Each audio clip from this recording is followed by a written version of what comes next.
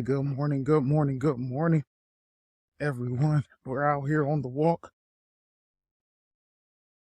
Been a few days because I'm busy. What do you want me to do? I would like to walk every day, but now the walk every day has turned into just making sure I work out every day. Like I told you before, I do have a membership at the local gym here. They do offer classes. So I've been taking boxing classes and been doing the high intensity interval training class as well. So trying to stay moving, trying to keep it together. But now that's in my schedule, as well as my normal family schedule, work schedule, and business schedule. I'm busy, but that's how it's supposed to be. There's one saying that I often remember, kind of stood out in my mind. They say that a useful man must be put to use. And so that's how I live my life. I want to be a useful man. And if I prove myself to be useful, I should not be surprised if life and people and society have a use for it. Which makes me think about one of the topics that I want to talk about on today's walk. But before I get too far into it, I know I owe you some information on signing up for the Walmart platform, okay? So I need to fulfill my debts to you guys. So we'll talk about signing up on the Walmart platform, how to get that done, the benefits of selling there, the possibilities. And as always, if you're interested in selling on the Walmart platform, give me a call. Just hit me in the comments there. Comment help, comment Walmart, whatever comes to your mind there. Reach out to me in the comments and I will do my best to help you get started. Okay. So it is a nice cool morning, but not too cold. I got my short sleeves on. So many of my videos before, I had a sweater on, maybe a beanie, a hat. But finally here in California, we're getting into the spring and summertime. So hopefully it'll start warming up. It's not too cold to walk out here in short sleeves now. Well, let's look. All right. So thinking about Walmart. So the Walmart platform, I forget when it popped up as far as a third party platform, meaning that Walmart allows others to sell on its marketplace. I forget exactly when that started.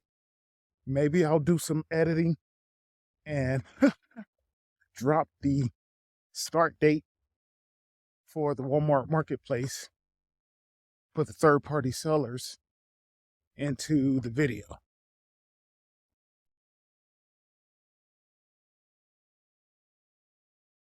The point being that Amazon was first. So Amazon started, as you know, just selling books online. And Jeff Bezos grew that to starting to sell everything online. And then eventually opened up his platform to third-party sellers who wanted to sell on. I believe even third-party sellers were part of that plan even at the beginning, if I can remember the history of Amazon. So Walmart when it started its online platform, was just Walmart. There you would just buy the goods that you would possibly buy at Walmart. But as Amazon grew and became a Walmart competitor, Walmart said, hold on, we need to get a piece of this, not only of the online marketplace, but we need to get a piece of this third-party seller marketplace as well. Because it's not just the sales, right? That third-party sales on your website, you get a cut of every sale. You get the charge subscription fees for them to sell on your platform. And sometimes those third-party sellers even want to advertise on your platform. So you get the increased sales from just more people selling on your platform, on your marketplace. You get an increase in revenue from the fees that you charge on your platform. And you get an increase in revenue from this new place of charging advertising fees for those that sell on your platform. So Walmart seen all this money that Amazon was making, and they said, no. We're gonna need a piece of that as well. And so that's why they opened up their marketplace to third-party sellers. Now, Walmart did get a chance to sit back and learn from the trial and error that was done by Amazon, right? Amazon blazed the trail for the third-party sellers. I guess if you want to count website like eBay as well, Walmart got to sit back and learn from what was going on with those sellers. But as I said before, eBay was more of I thought of it more as like a garage sale, more of like what Craigslist is today. That's what eBay was in the beginning. It was a place where you could sell things that you just had around the house.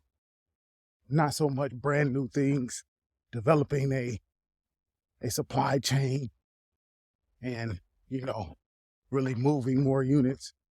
That is what you can do on eBay today. But that's not how it was in the beginning. So Walmart, learning from Amazon, maybe from eBay as well, all the third-party sellers, decided to start its marketplace. Here I am, breathing hard. Sometimes when I'm talking to you guys, I start walking faster. And I don't know why I do that. Okay? Because now I'm walking faster and I have to talk, which just makes me get more out of breath. There is a lot of people out here on this morning. Thought I got out here early and beat the traffic, but no. There are a lot of people out here on this morning. All right, we're going to go a little bit different direction today. Stick with me. Still, I'm going to hit 3 miles, but a little bit different route. Okay, so Walmart stepped back, said, all right, we want a piece of that action. We're going to start our own marketplace. And then they start opening up to third-party sellers. That means that you and I can log on to Walmart and create our own little store and sell our products on Walmart.com. What's the benefit? Walmart already has the traffic Walmart already has the customers. By you putting your products on the Walmart platform, it allows you to benefit from that traffic, from those customers, get more eyeballs on your products. More eyeballs means more potential for sales. And so that's the trade-off.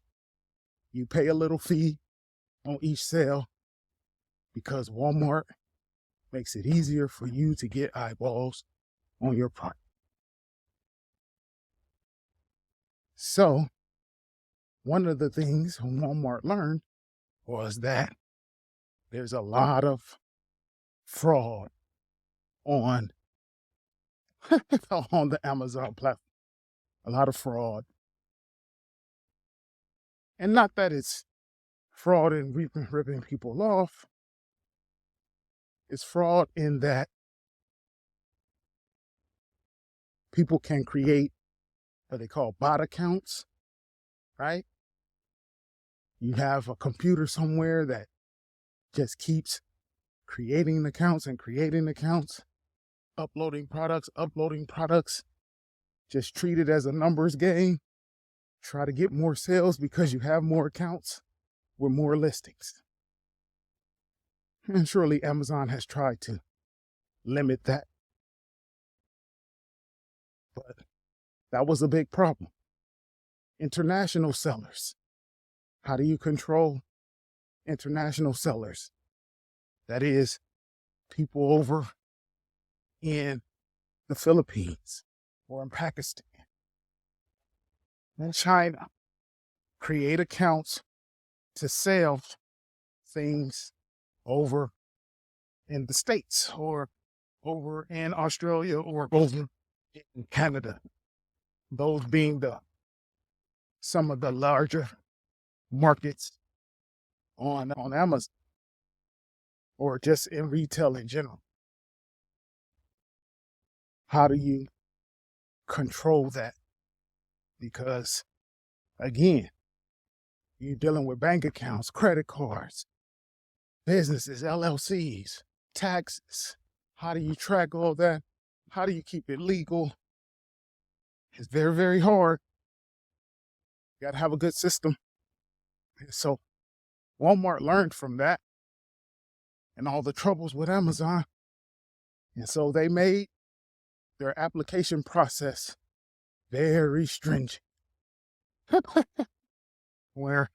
Whereas Amazon seen the third-party sellers as every new seller is a new opportunity, Walmart said that, nah, we don't want everybody signing up on our platform.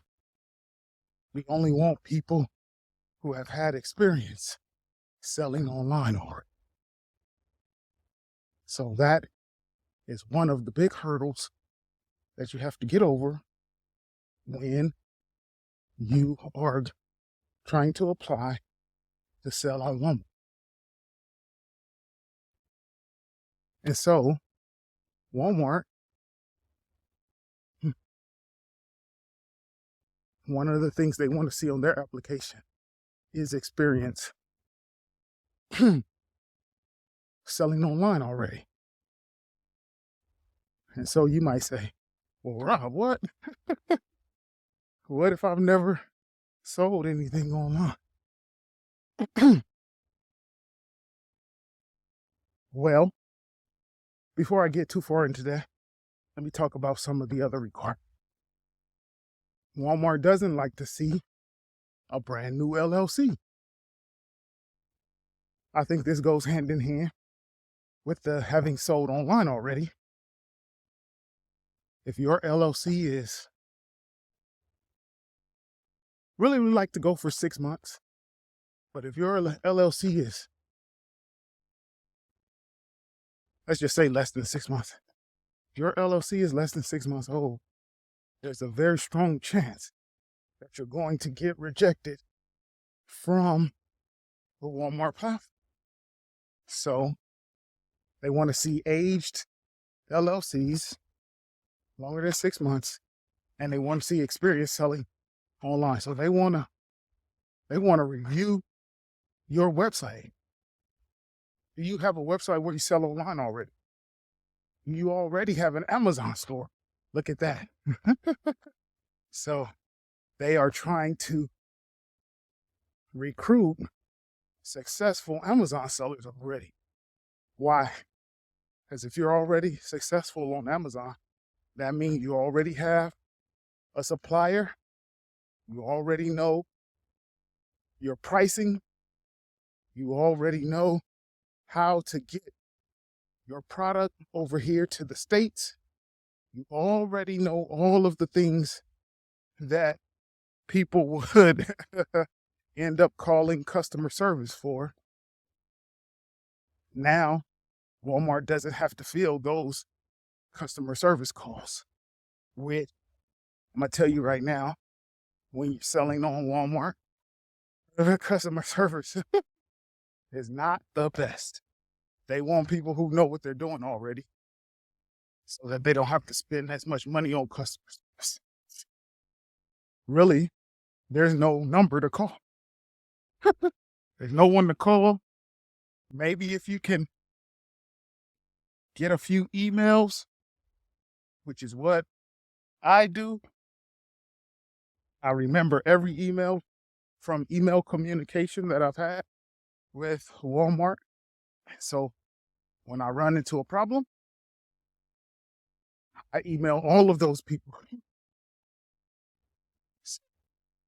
Geez, if you were to work with me, you get the benefit of me knowing that all those emails, how to get customer service to respond. So to sign up, you want to have an old LLC, older than 6 months, and you want to have experience online. Now, finding an older LLC, many of you have that already. It's not too hard, but the experience selling online is a tough one to get around. So what you can do is start an Amazon account, right? And you want to wait a few months after you start your account, and then you can process your Walmart account. You can start a website. Set up a Shopify website. Set up the sales, the back end. You can hire someone to set up your Shopify website for you. And you can fill that Shopify website with the type of products that you want to sell on Amazon. Again, probably want to wait a month or so to get everything to settle out. And then you can apply for Walmart. Now, after you have applied, you want to pay attention to your cell phone because, again, Walmart has an extensive process. They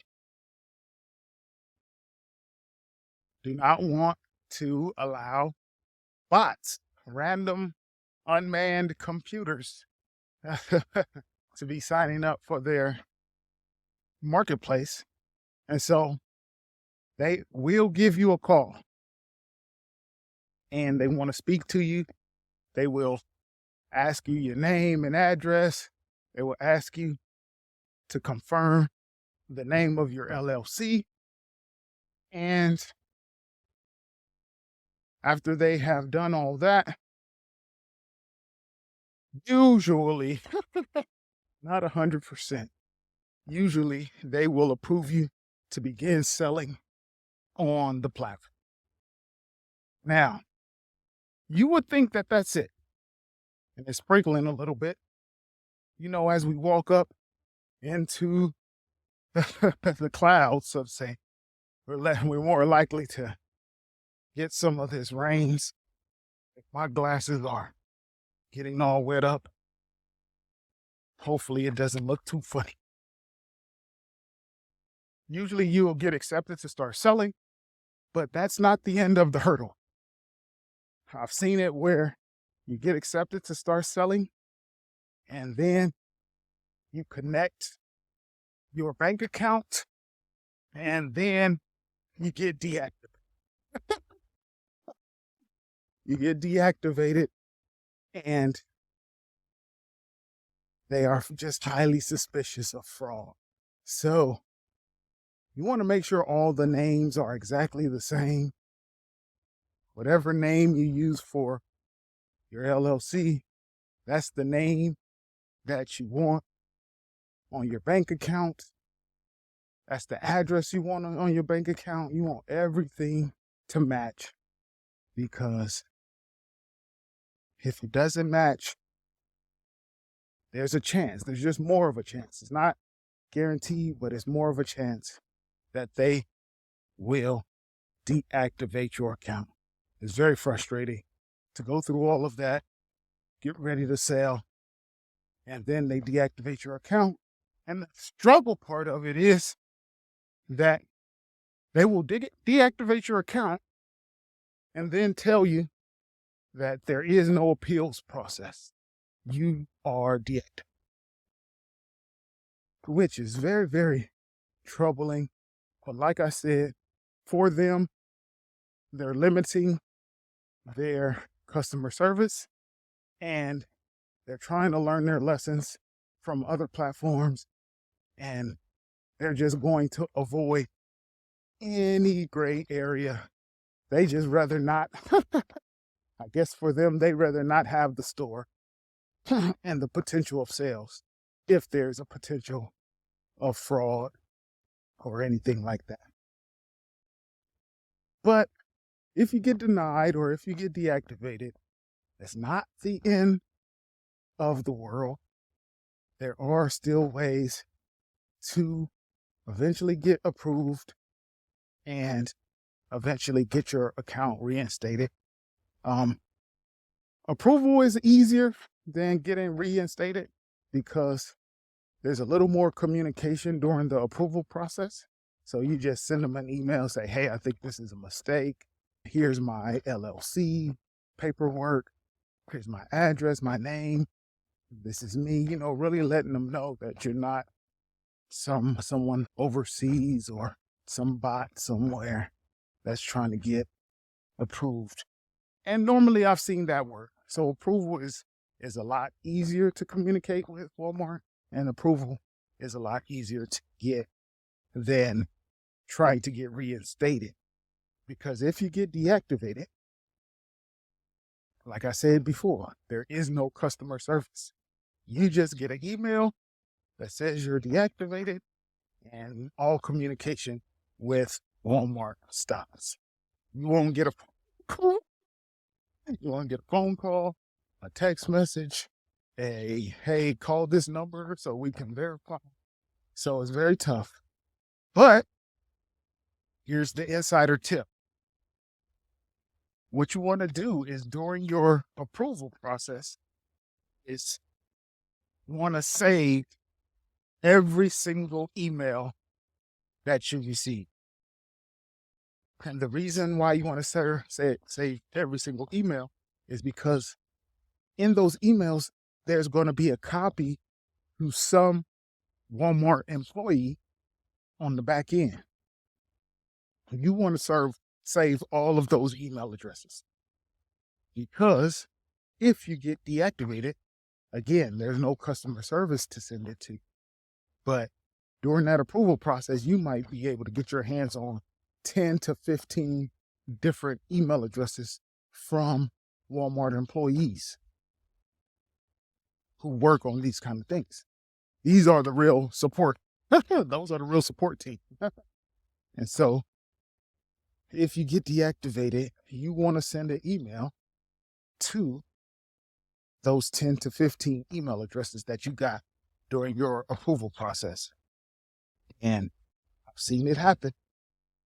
they will respond to a direct email. Probably going to get a phone call that says, let's go through the verification process again. Who are you? What's the name of your business? What are you trying to sell? And seen it happen. Boom.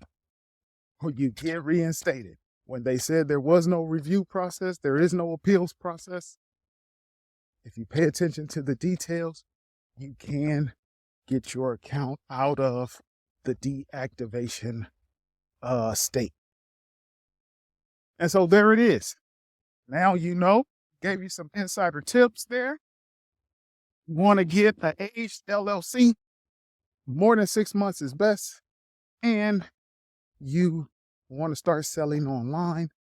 And if you're not already selling online, you want to create a website, either Shopify or whatever you like, or even Amazon.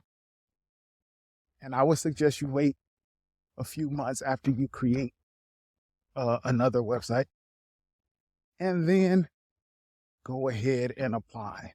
Remember to save all those email addresses just in case you need them, because customer service is very poor. All right. I hope that helps.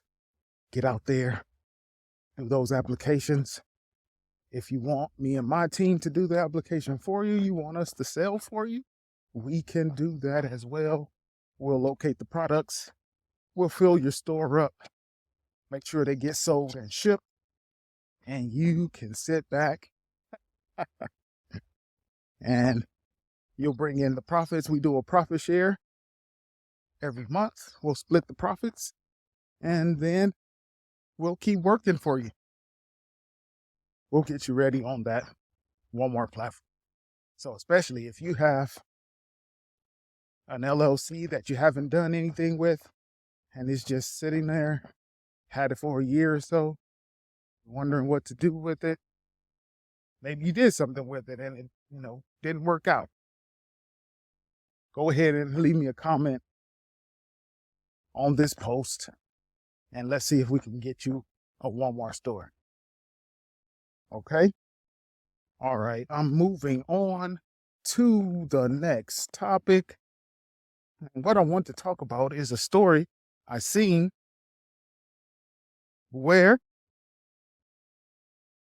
these younger millennials, I would say like myself, I am a millennial, but I believe I'm one of the older millennials, being that I'm 40 years old. But like myself and younger, so many young people, or younger adults, I should say, are finding themselves frustrated because they aren't experiencing the success they thought they would. They are not experiencing, as they say, what they believe to be the American dream. Now, this is accented by the fact that the rising generation, I like to use that term, the rising generation is not doing as well as the generations before them. And this is the first time in American history where the rising generation is in decline. People like myself and younger adults are in decline. They are not doing as well as their parents and their grandparents. It's a tough time. It's a tough time. Now, there are a myriad of reasons why this is happening. Obviously, inflation. I think the inflation that for previous generations has obviously been beneficial. Because if you have, especially if you were able to get into home ownership, if you were able to start putting your money into the stock market, you just experience the prime of American growth. You know, that post World War II era has been good to a lot of people. That post World War, those baby boomers, those Gen Xers, they have, it's been a good life. They've been able to profit from American growth after all of the American trouble during War II era. Well, all good things must come to an end. And so we find ourselves, those that are, in the prime of their earning years, like me, who are trying to put as much away because number one, you got a family. Number two, eventually I'm going to be at retirement age. So really from 40 to 50, 40 to 55, I need to be putting much away as possible because eventually I won't be able to work anymore. So those who are in the prime of their earning years and those who are coming into the prime of their earning years, they're looking at their parents, looking at their grandparents, and they're realizing that it's been much, much harder for them, at least that's what they believe, to become successful. So much so, the rising generations really don't even want to hear anything. They don't even want to hear anything from their parents, especially their grandparents, because they believe that they can't identify with the struggle they're going through. So, whereas previous generations, any degree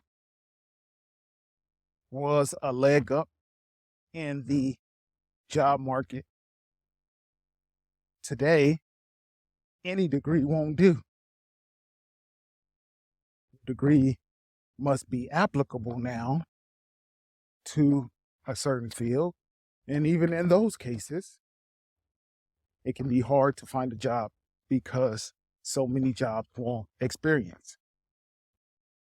Listen, I totally identify with that because I can remember going through my hiring process and I had an electrical engineering degree.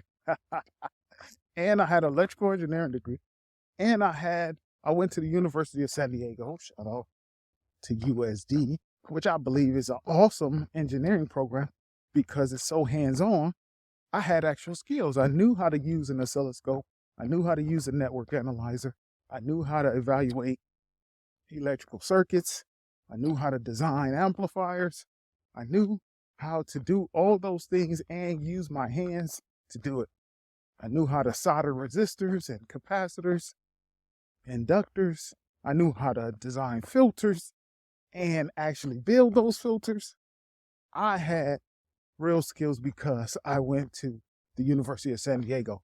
And so if you're a young person looking and getting into engineering and you want to have real skills, not just theory, University of San Diego is a great place to go. It's very expensive, but you'll get real skills. And if you don't make it to the University of San Diego, those are some of the questions you want to ask, especially if you are going into electrical engineering. You don't want to be just sitting there and doing math. You want to be hands-on. Ask them how much lab time, how many hands-on things am I going to do as part of the program. Okay, that's my 2 cents.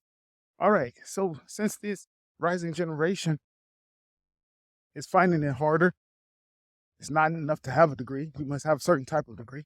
Not enough to have a certain type of degree. You must have experience. They're finding it hard to succeed. They're very angry. What we also find is that there's less relationships. People feel inadequate to attach their life to another person. So there's less relationships. That means there's less babies being born, less families, which all contributes to the deterioration of society. And so they're a little bit upset. They're wondering what to do. So what do I recommend? Uh, well, first thing I want to do is identify and validate. That's what they say. Validate what you're feeling. Hey, if you're in that position, finding it hard to get to where you want to be, that's all right. It's okay to be upset. It's okay to recognize that things are getting harder to achieve. But it's not okay to give up.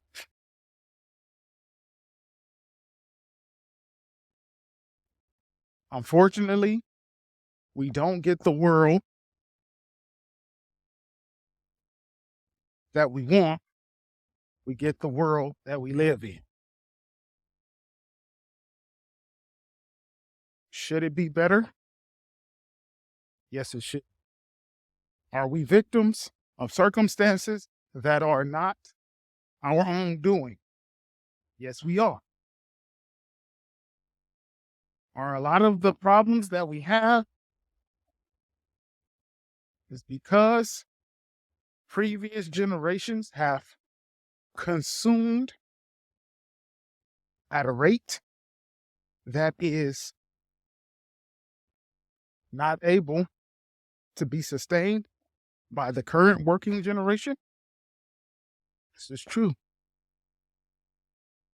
By having less babies, by having less people in the workforce, are we going to feel a larger strain on us because there's going to be so many retirees from the previous generations who are depending on us to go to work for their retirement? Yes, it's a bad situation, but we don't get the situation that we wish for. We get the situation that we have. At my daughter's school, they used to tell her, you get what you get and you don't throw a fit. And so,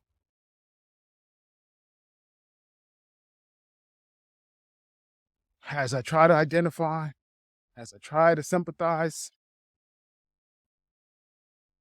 at the same time, I have to say, you have to get up and go. Like I tell my daughters, go fight, win. That's all we can do. It's messed up. It's hard. And maybe someone has it easier than you. But despair is not the answer. It's time to get up and go. You have to try. You have to work. You have to push to make sure your life is better, make sure your kids' life is better, make sure your friends and family are blessed and better because you made it happen. You got to go do it. Nothing's going to come easy. There's no easy routes in life. Please don't look at the boomers. Please don't look at the Gen Xers and think that their life was easy. There's things they went through that you don't have to go through. There's tools you have that they didn't have. We can't judge our own process by looking at another person's process. We must evaluate our own atmosphere, pick up the tools that are available to us, and go forward and do our best. I would say, work to make yourself better. Look for better opportunities. Find one job, work that job, find another one, work on your ideas for your business.